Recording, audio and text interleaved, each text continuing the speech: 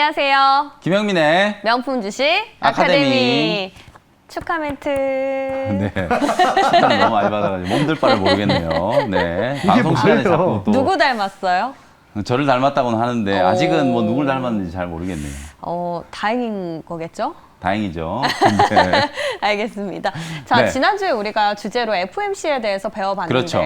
오늘은 또 살짝 봤더니 개연성이 있더라고요. 이제 결국 이제 수순대로 가는 거다. 네. 여러분들이 이제 배울 만한 내용들을 이제 다 제가 하나씩 이제 뽑아드리고 있는데 맞아요. 오늘도 이제 다소 좀 딱딱하고 어렵다라고 느끼실 수 있는 주제지만 네. 최대한 좀 쉽게 풀어서 설명을 잘 한번 드려보도록 하겠습니다. 주제 바로 만나볼게요. 네, 오늘의 주제는 너 누구냐? 인플레이션. 인플레이션. 이 꼭 사진이 필요하셨을까요? 얘기만 들어봐도 일단 좀 깝깝한데요. 인플레이션이 뭐냐면 그냥 요 사진만 보면 돼요. 요 사진 물가가 돈의 나오고 가치가 돈의 가치가 떨어지면서 하락하고 요 그림대로라고 물가가 보시면 오르네. 되거든요. 네. 근데 우리 많은 투자자분들이 금리 얘기를 할 때도 되게 좀 답답해 하셨잖아요. 아, 왜 저 어려운 얘기를 하고 있어? 그냥 종목이나 소개해 주지. 이렇게 생각하시는 분들이 아마 꽤 많으실 텐데 오늘도 좀 비슷한 생각을 하시는 분들이 있을 수도 있어요. 근데 금리라든지 인플레이션과 같은 이런 이제 거시경제 지표들이 사실상 투자를 할 때 꼭 필요한 건 아니거든요. 근데 알아두면 시장이 흔들리거나 변동성이 상당히 좀 강하게 연출이 될 때 분명히 좀 힘을 발휘할 수 있다는 거. 네. 우리 주식 투자는 어차피 불확실성에 투자를 그렇죠. 하는 거기 때문에 보험을 좀 들어놓는 건 나쁘지 않잖아요. 그리고 뭐 종목에 대한 것도 제가 충분히 좀 설명을 좀 드릴 테니까 오늘의 주제를 좀 무겁게 받아들이지 마시고 좀 가벼운 마음으로 인플레이션이란 건 이런 거구나. 그리고 우리가 또 인플레이션을 이용해서도 분명히 좀 투자를 할 수도 있겠구나. 네. 이런 것들을 오늘 얻어가셨으면 좋겠습니다. 또 주식계 일타 강사 아니겠습니까? 그렇죠. 네. 김명림 매니저 주니어는 좋겠다. 이렇게 무료로 집에서 계속 교육하고 그렇죠. 그럴 거 아니에요. 주식은 공부를 안 했으면 주식에- 좋겠는데. 왜냐면 너무 힘들어요. 그래요? 스트레스도 많이 받고. 극한 직업입니까? 그렇죠. 알겠습니다.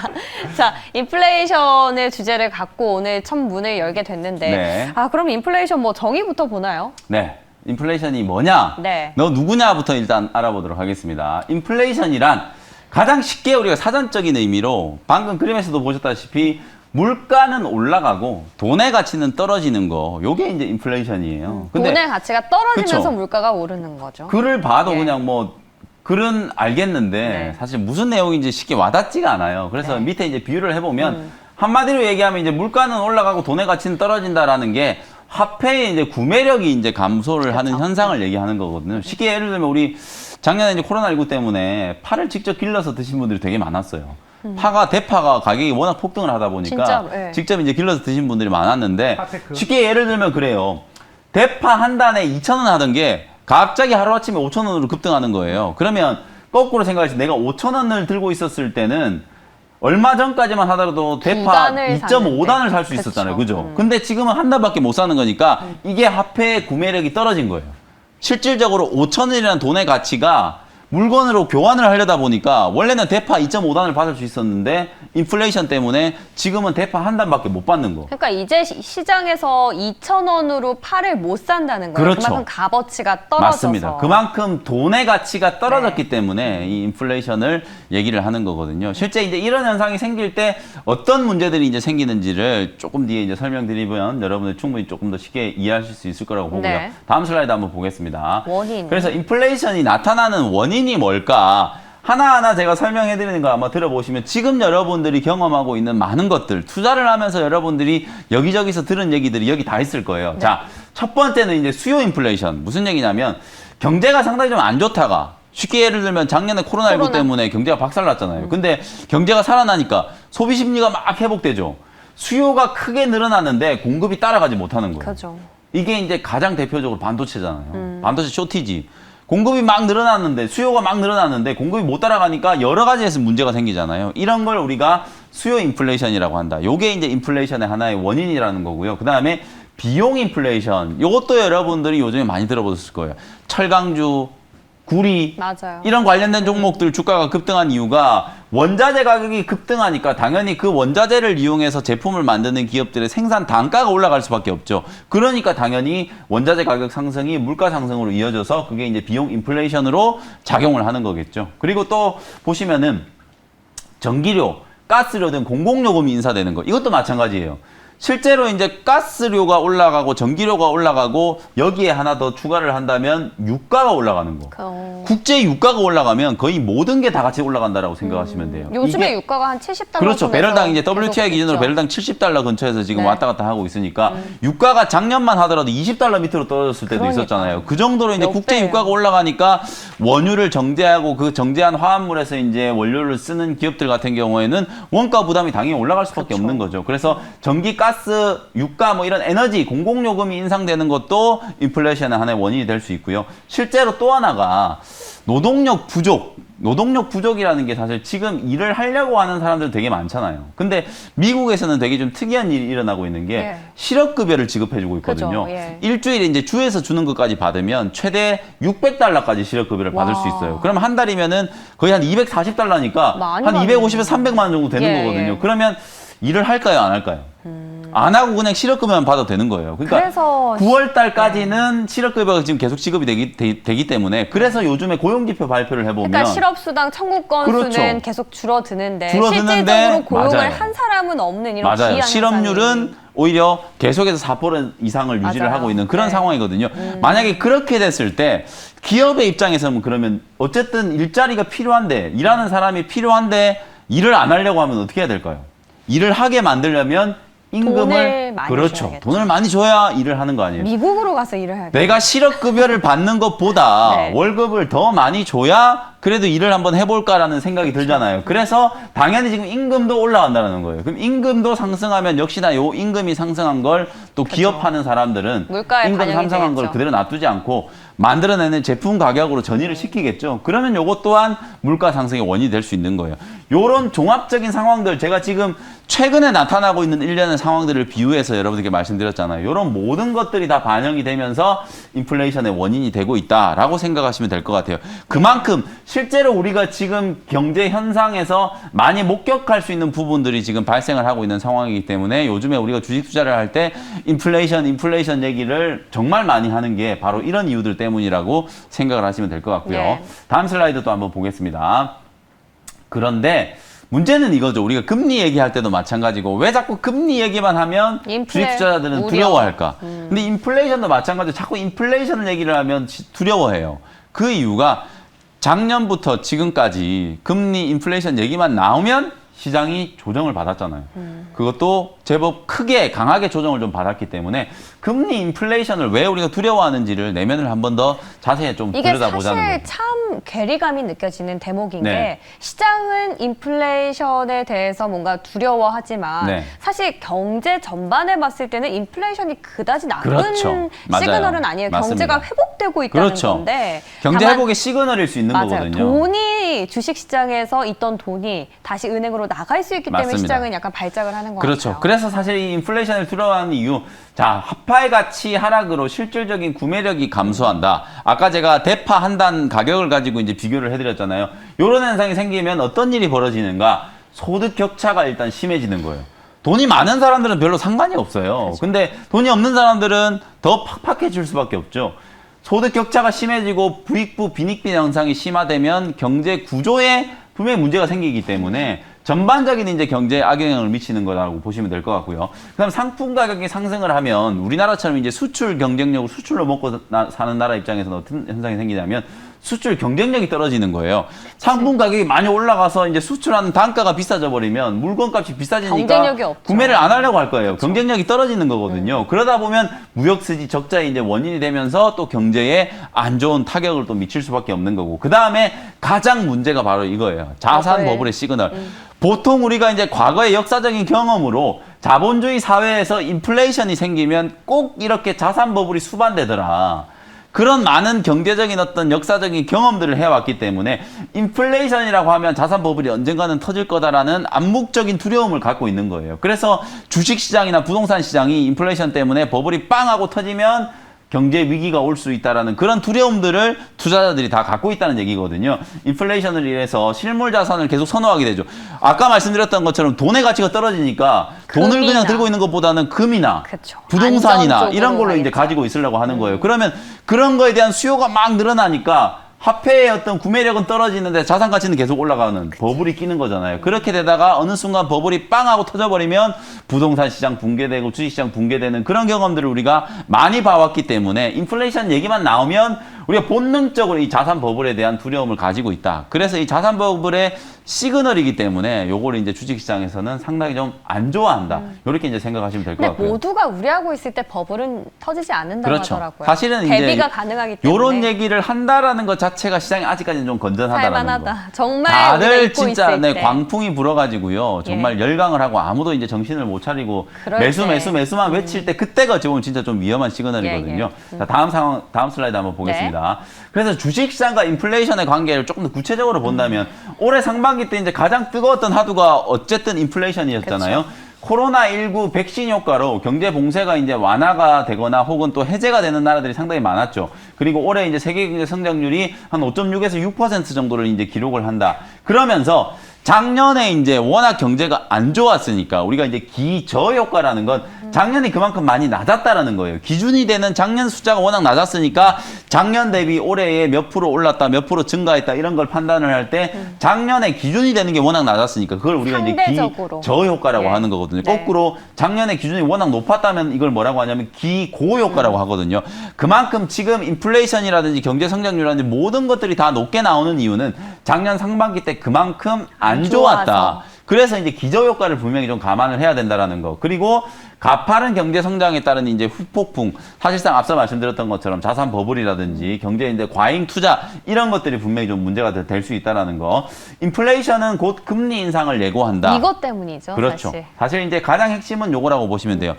아까 말씀드렸던 것처럼 이 인플레이션이 또 자산 버블과 직결된다면 자산 버블이 터지기 전에 누군가는 제동을 걸어줘야 되거든요. 그게 바로 금리예요, 금리. 금리를 올리기 시작한다면 사람들이 위험을 무릅쓰고 위험 자산에 투자를 돈을 안 하려고 빼겠죠. 하겠죠. 네. 그죠? 그러면서 사실상 금리를 인상한다라는 것 자체가 인플레이션을 차단하고 경제의 이제 과열을 막아주는 기능을 한다라는 거예요. 근데 주식시장은 지난번에 제가 교육해드렸던 것처럼 금리 인상한다 그러면 별로 안 좋아하잖아요. 그쵸. 시장에 풀려있던 돈들이 회수될 수 있는 가능성이 좀 생기기 때문에 그래서 이런 인플레이션과의 상관관계가 요렇게 이제 기결이 된다라는 거. 그리고 가장 중요한 게 이제 연준이 테이퍼링과 금리 인상을 할 수도 있다는 우려. 금리 인상은 지난번에 교육을 해드렸고 맞아요. 테이퍼링이라는 건 뭐냐면 연준이 지금 경제 위기 상황 때문에 시장에 막 돈을 풀고 있잖아요. 채권을 사주면서 대신에 이제 돈을 지불하는 그쵸. 그런 형식으로 이제 돈을 공급을 하고 있는 거거든요. 요걸 우리가 이제 QE라고 양적 완화라고 얘기를 하는 건데 네. 그 양적 완화의 규모를 한 달에 예를 들어서 100억씩 이제 채권 매입을 해줬다라고 하면 한도 끝도 없이 영원히 100억을 계속 매수할 수는 없잖아요. 매입을 해줄 수는 없잖아요. 근데 또 일시적으로 100억을 사다가 갑자기 그냥 빵원 이렇게 매수를 할 수는 없는 거죠. 그러니까 시간이 이제 차츰차츰 지나서 경제가 이제 회복되기 시작하면 채권 매입의 규모를 서서히 이제 줄이겠지. 줄여나가는 거예요. 100억치를 사다가 70억, 50억, 30억, 그 다음 제로 이렇게 서서히 좀 줄여나가는 걸 이제 테이퍼링이라고 하는데 그 테이퍼링에 대한 이제 얘기들이 지금 계속 나오고 있기 때문에 사실상 긴축을 시작하는 거 아니냐 뭐 이런 우려를 시장이 좀 하고 있는 거예요. 요게 다 인플레이션으로 인해서 요런 현상들이 좀 나타난다라고 이제 귀결이 된다라고 보시면 되고요. 네. 그 다음에 인플레이션 얘기가 딱 나오면서부터 상반기 때 어떤 종목들이 날아올랐죠? 경기 민감. 그렇죠. 인플레이션이 아까 제가 말씀드렸던 것처럼 곧 경제 회복의 시그널로 그쵸. 이제 받아들이기 때문에 네. 원자재 가격 올라가니까 철강주들 올라가고 구리 관련된 종목들 올라가고 또 유가가 막 올라가고 경제가 살아나기 시작하니까 서구화학, 발주들이 막 늘어나면서 정유, 서구화학, 정유, 조선해운. 조선해운 이런 종목들이 막 강세를 보인 거거든요. 그래서 실제로 상반기는 그냥 딱 한마디로 얘기하면 인플레이션 수혜주들이 상당히 좀 재미를 많이 봤다 이 얘기거든요. 그러면 거꾸로 인플레이션 수혜주들이 재미를 보면 당연히 그 반대편에 있는 애들 기술주라든지 기술주, 성장주라든지 성장주. 지금 당장 실적 뭐 경제 상황과 상관없이 미래에 정말 좋아질 거다라고 하는 장밋빛 기대를 가지는 그런 기업들 같은 경우에는 인플레이션에 취약할 수밖에 없는 그쵸. 거죠. 그래서 그런 기업들은 오히려 주가가 좀 조정을 받는 그런 현상이 상반기 내내 이제 반복이 됐다. 그리고 마지막으로 이제 테이퍼링에 대한 논의, 금리 인상에 대한 논의, 인플레이션을 차단하기 위한 조치들이 나오면 아무래도 신흥국 시장에서 자금을 또 빼나가려고 하는 자금 회수가 나타나겠죠. 그래서 외국인들의 이제 주요 원인이 되는 게 또 매도 원인이 되는 게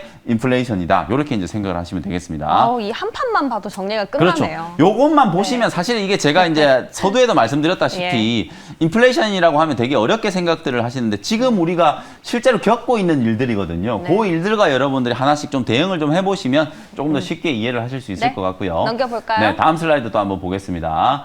인플레이션 꼭 나쁜 것만은 아니다. 맞아요. 그래서 방금 말씀드렸던 것처럼 회복의- 어쨌든 그렇죠. 경제 회복의 시그널이라는 거예요. 경제가 좋아지기 때문에 사람들이 막 투자를 하고 경제가 좋을 때 투자를 하지 나쁠 때 투자를 하지 않을 거 아니에요. 그죠? 경제가 좋아지니까 막 투자를 늘리고 그러면서 생산 활동이 막 늘어나는 거예요. 그러면서 자연스럽게 물가가 올라가는 게 이제 수반이 될 수밖에 없다. 그래서 무조건 인플레이션이 다 나쁘다라고만 볼 수는 없는 거예요. 경제 회복의 이제 시그널이다. 그래서 인플레이션 초입 구간 그게 바로 우리가 상반기 때 경험했던 상황이었죠. 적극적인 투자와 기업들이 이익이 늘어나는 구간에서는 경기 민감주들이 분명히 수혜를 입을 수 있다라는 거. 화학, 조선, 철강, 건설, 해운업종 강세가 바로 그것 때문이었다라고 보시면 그럼 되고요. 사실 그렇게 보면은 인플레이션 수혜를 입은 기업들이 다 그렇죠. 경기 민감이기 때문에 맞습니다. 우리가 너무 우려하는 것만 맞습니다.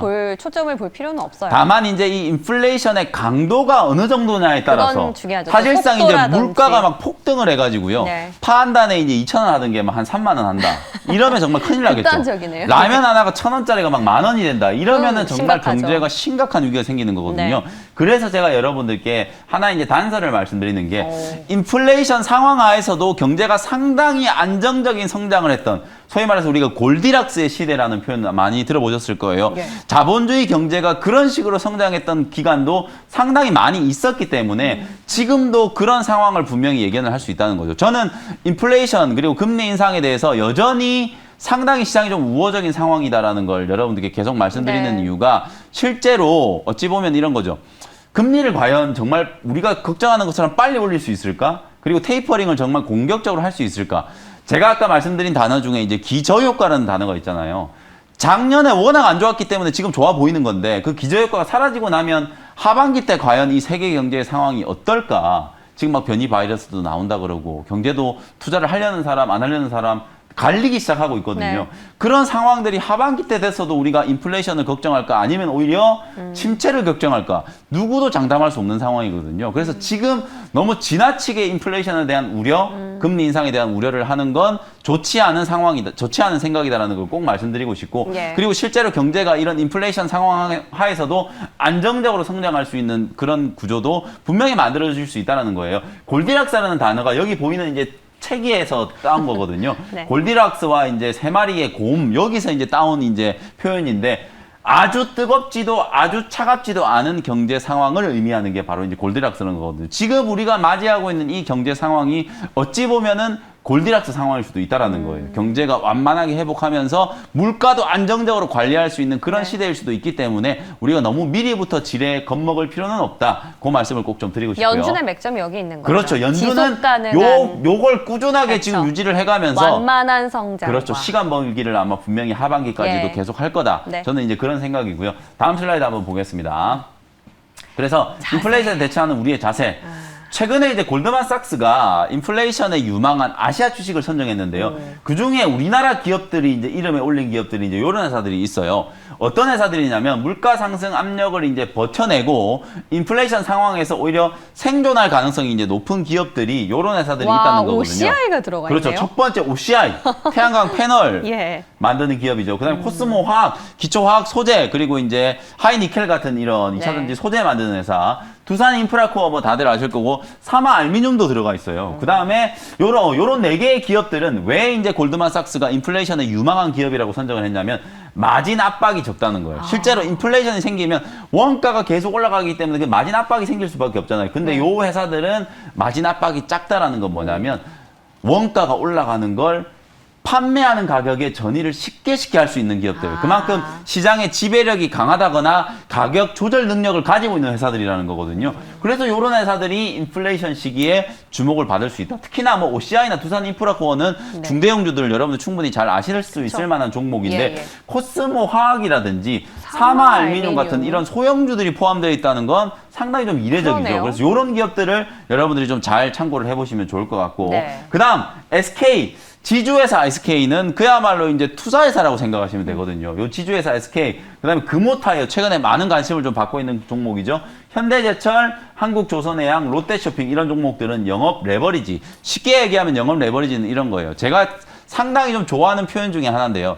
사실상 많은 기업들이 경영활동을 하는데 영업 레버리지를 키운다라는 거는 지금 내가 돈을 100을 투자했을 때 나중에 200, 300을 얻어낼 수 있는 기업들을 얘기하는 거거든요. 투자 대비 효율이 워낙 큰 기업들을 이제 얘기하는 건데 그런 기업들이 이제 골드만삭스가 봤을 때는 우리 국내 기업들 중에 SK, 금호타이어, 현대제철, 한국조선해양, 롯데쇼핑 제가 주로 선호하는 스몰캡 종목들이 대부분 다 경제 성장 국면에서 이런 영업 레버리지가 커질 수 있는 기업들을 제가 상당히 많이 선호를 하거든요. 그런 기업들이 선정이 됐다. 네. 인플레이션이 온다라고 하더라도 살아남을 수 있는 기업들이 분명히 좀 있다. 요 두 가지의 관점으로 여러분들이 종목들을 좀 분류를 해보신다면 충분히 좋은 종목들을 골라낼 수 있다라는 거. 롯데쇼핑 좀 의외예요. 네. 그다음 다음 슬라이드 한번 보도록 하겠습니다. 마지막 이제 투자자들 꿀팁. 한국 증시에 이제 제가 계속 강조해드리는 이 영업 레버리지. 한국 증시의 영업 레버리지가 10년 내에 지금 최고 수준이라고 해요. 그럼 좋다는 거죠. 앞으로 좋다는 성장성이 거죠. 훨씬 더. 주가가 많이 올라와 있음에도 불구하고 그 많이 올라와 있는 주가를 정당화시킬 수 있을 만큼 기업들이 영업 레버리지 효과를 얻어낼 수 있을 거다. 쉽게 얘기하면 주가의 수준을 용인할 수 있을 만큼 기업들의 실적이 따라올 거다라는 거예요. 예. 그래서 단순히 유동성 장세를 뛰어넘는 실적 장세가 뒤따를 수 있는 가능성이 상당히 좀 높고 네. 지금 시장이 작년 하반기 때부터 시작된 상승 랠리가 아주 오랜 기간 동안 이어질 수 있는 가능성도 우리가 분명히 염두를 좀 해둬야 된다. 그래서 인플레이션을 극복하고 하반기 때 추가 상승을 할 수 있는 여지를 열어둬야 한다라는 네. 거. FMC가 끝나고 나면 오히려 시장은 불확실성의 해소, 인플레이션에 대한 우려, 긴축과 관련된 이슈들을 해소를 하면서 좀 가벼운 상승 흐름이 좀 나타날 네. 수 있지 않을까. 이런 생각을 마지막으로 좀 전해드리도록 자, 우리 하겠습니다. 증시 영업 레버리지 10년 내 최고 수준 이 한마디로 그냥 정리가 다 됐네요. 네. 너무 우려, 지금 시점에 너무 국한돼서 매몰돼 있지 말고 앞으로 성장성 보면서 좀 긴 시계열로 접근해 보시면 되겠습니다. 저희는 다음 이 시간에 다시 돌아올게요.